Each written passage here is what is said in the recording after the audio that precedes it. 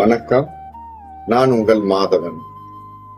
நிகழும் மங்களகரமான பராபவ வருடம் ஆனி மாதம் 13ஆம் நாள் சனிக்கிழமை, வளர்பிறை திரையோதசி என்பது போல் இது தேய்பிறை திரையோதசி. தேய்பிறை திரையோதசி எப்பொழுதுமே ஒரு உன்னதமான சிவபெருமானுக்குரிய காலம். இந்த திரையோதசி சனிக்கிழமையில் வருவது மகா பிரதோஷம் என்பர்.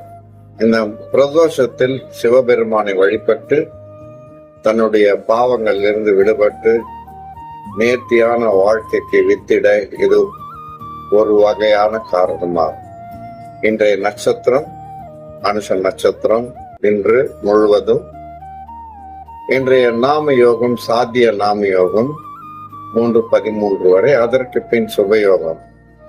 இன்றைய சனிக்கிழமையில் அனுஷ நட்சத்திரத்துடன் கூடி வரக்கூடிய இப்பிரதோஷம் மகா பிரதோஷத்தை விட அதீதமான பலம் வாய்ந்தது.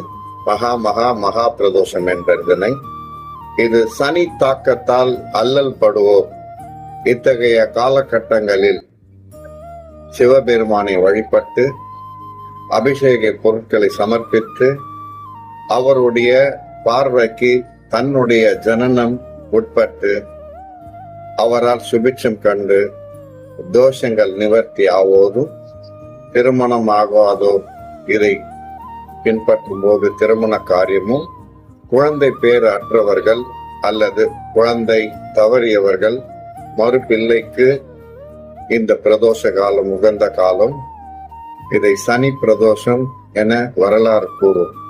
வருடத்தில் 2 சனி பிரதோஷங்கள் வரலாம் அல்லது ஒன்றே வரலாம். இத்தகைய உன்னதமான சனி பிரதோஷத்தை ஜாதகர்கள், நேயர்கள், அன்பர்கள் இறைவனை அதாவது சிவபெருமானை வழிபட்டு அவர் மூலம் நல் விஷயங்கள், நற்காரியங்கள், நல் பலன்கள் பெறுமாறு கேட்டுக்கொள்கின்றேன். இன்றைய காலம் என்பது பலருக்கும் உகந்த காலமாக அமைந்துள்ளதால் அனைவரும் சிவபெருமானுக்கு அபிஷேக பொருட்களை சமர்ப்பித்து தன்னுடைய தோஷங்களில் பாவங்கள் பல, அவற்றில் ஒரு சிலருக்கு வரும், அதை தீர்த்து கொள்ள உகந்த காலம். ஒரு சனி பிரதோஷத்தை தான் சென்று சிவபெருமானை வணங்குவது